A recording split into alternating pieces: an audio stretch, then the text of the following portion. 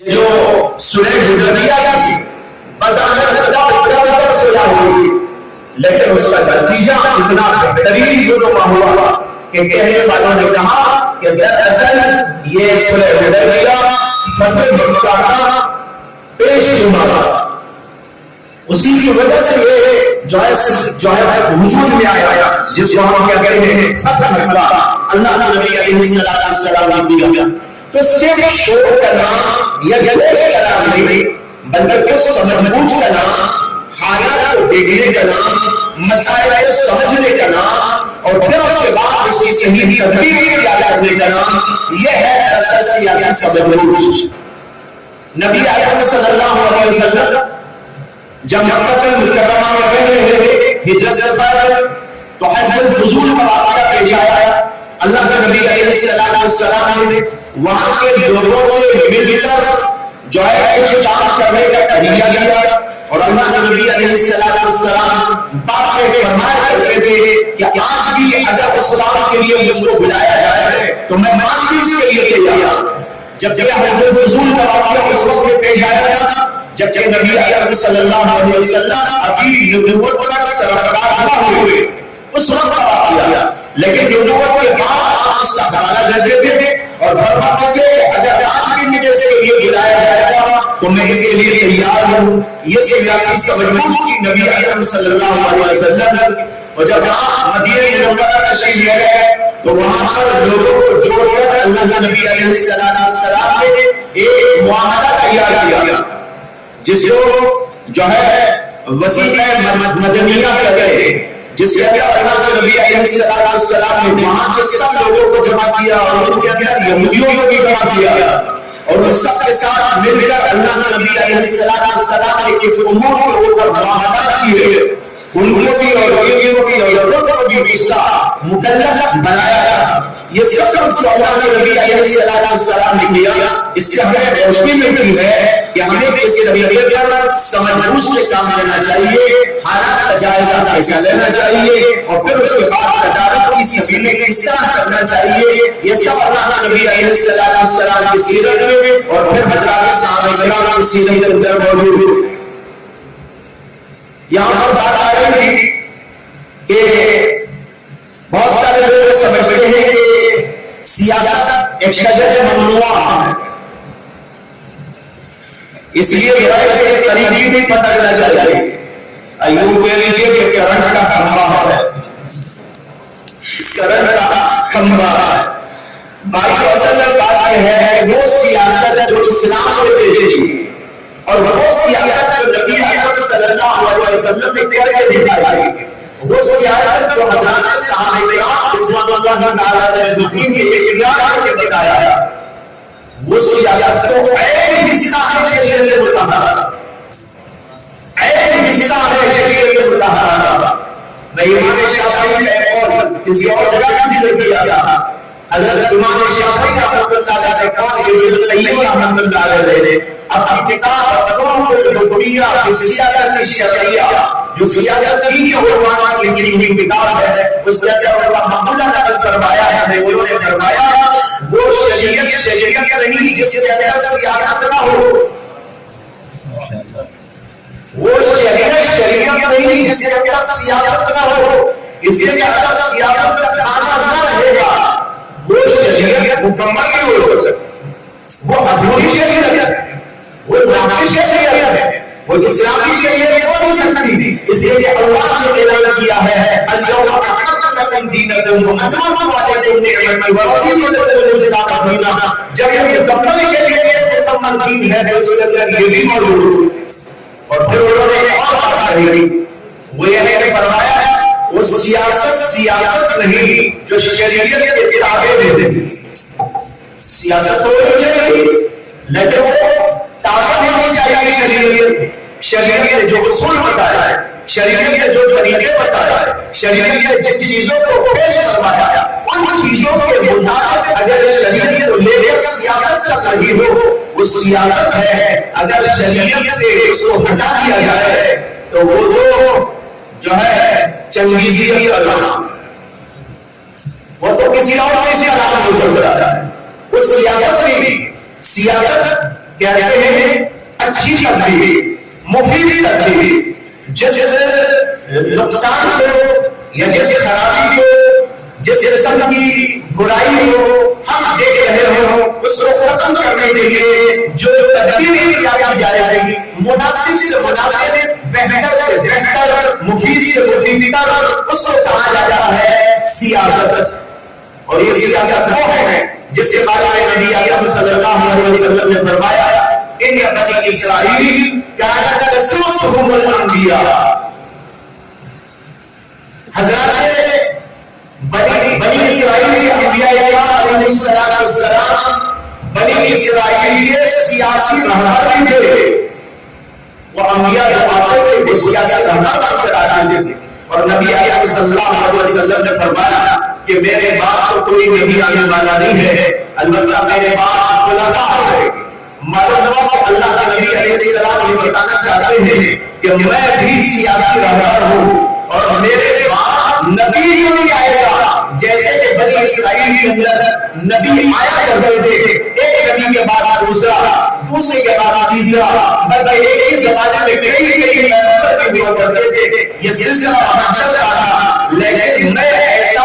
دینی رہنما بھی ہوں، پیغمبر ہوں اور سیاسی رہنما بھی ہوں، ملی رہنما بھی ہوں کہ اب میرے بعد کوئی بھی پیغمبر تو آنے والا نہیں ہے، لیکن میرے بعد میرے خلفاء ہوں گے اور وہ خلفاء ہی یہ سب کچھ سنبھالا کرتے ہیں۔ تو بھائی اس کے بعد ہوا کہ حضرات علماء کو بھی نبی اکرم صلی اللہ علیہ وسلم کا خلیفہ اور جانشین کہا جاتا ہے، تو ان کو بھی اسی مسئلے میں سیاسی سمجھ بوجھ پیدا کرنا ہے اور امت کی رہنمائی اس اعتبار سے بھی ان کو کرنا ہے۔ اس لیے کہ اللہ کے نبی علیہ السلام بتا رہے کہ میرے بعد خلفاء ہوں گے، میرے جانشین ہوں گے، اور یہ سب جانتے ہیں کہ پیغمبر کے جانشین حضرات علماء کرام ہوا کرتے ہیں۔ خود حدیث پاک میں نبی اکرم صلی اللہ علیہ وسلم نے کیا ارشاد فرمایا کہ العلماء ورثۃ الانبیاء، جب یہ وارثین انبیاء ہیں تو نبیوں نے جو کچھ کیا وہی سب کچھ یہ بھی کیا کریں گے۔ لہذا دینی رہنمائی یہ ہے، ملی رہنمائی یہ ہے، سیاسی رہنمائی یہ ہے، اور اس سلسلے میں ان کو کام کرنے کا پورا حق موجود ہے۔ لیکن چونکہ یہاں جو سیاست چل رہی ہے وہ سیاست واقعی شجر ممنوع ہے اسلام کے نزدیک، واقعی اس میں کوئی دو رائے اور سب سے بیان کرنا ہوا طبقہ کو نہیں کر سکتا، باہر نہیں کرتا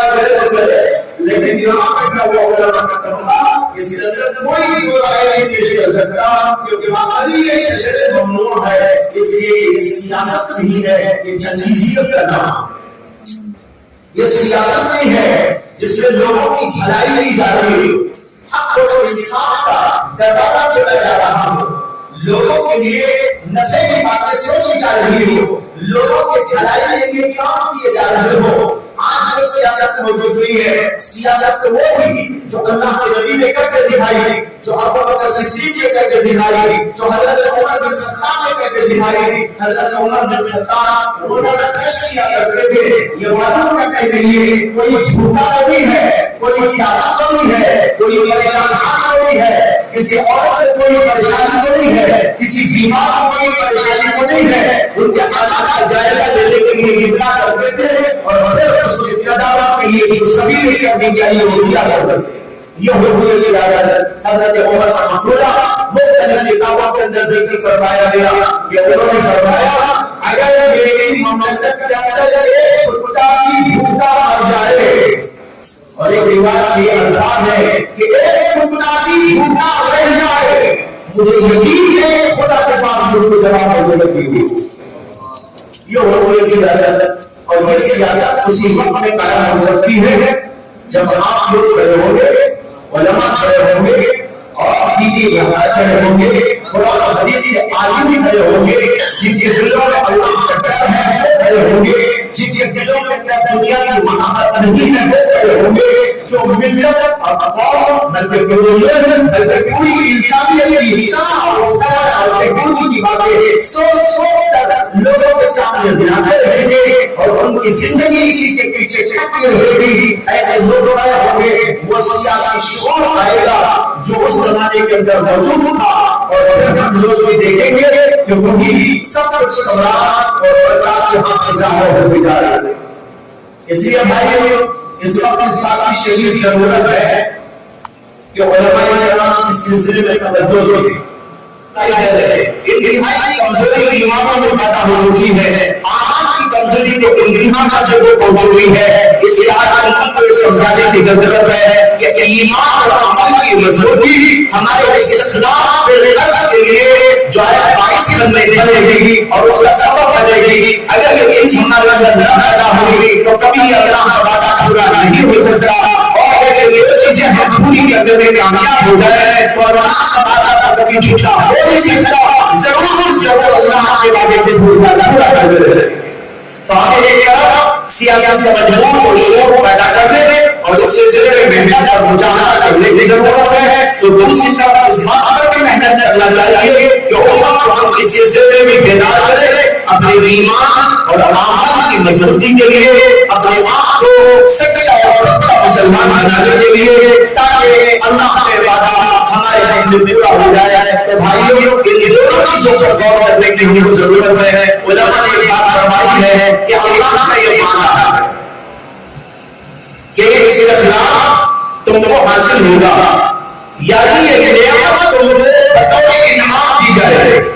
لیکن یہ انعام اسی وقت میں ملتا ہے جب ہم وہ کام کر رہے ہیں جسے اوپر کے انعام کا وعدہ کیا گیا ہے. لہذا ایمان اور عمل اگر ہمارے اندر پیدا ہو جائے اور مضبوط لیول پر پیدا ہو جائے تو پھر ضرور اللہ کا وعدہ پورا ہوگا. اور اللہ کا وعدہ پورا ہونے کا مطلب یہ نہیں ہے کہ ہمیں کچھ نہیں کرنا پڑے گا, کرنا تو پڑے گا. سیاسی شعور کے سلسلے میں بیداری جب اس سلسلے میں محنت کرنا ہوگا, عملی طور پر بھی محنت کرنا ہوگا, لیکن جب وہ کریں گے اس کے ساتھ تو اللہ ہمارا کو کشادہ کرتے چلے جائے, رکاوٹیں دور ہوتی چلی جائے. ہماری ادوار اور ہمارا جو کام ہے وہ بارہ ہوتا چلا جائے گا. اور اگر ہم صرف اس کے اوپر محنت کریں, اس پر محنت کریں, ہو سکتا ہے کہ ہماری سیاسی شعور والی سازشیں رائے چلی جائے. اس لیے کہ وہ اللہ کا وعدہ اسی کے ساتھ متعلق ہے, اسی کے اوپر معلق ہے. اس لیے اس کی کوشش اس سے زیادہ کرنی چاہیے, اس کے ساتھ یہ دوسری باتیں بھی عمل میں لانے کی کوشش کرنا چاہیے.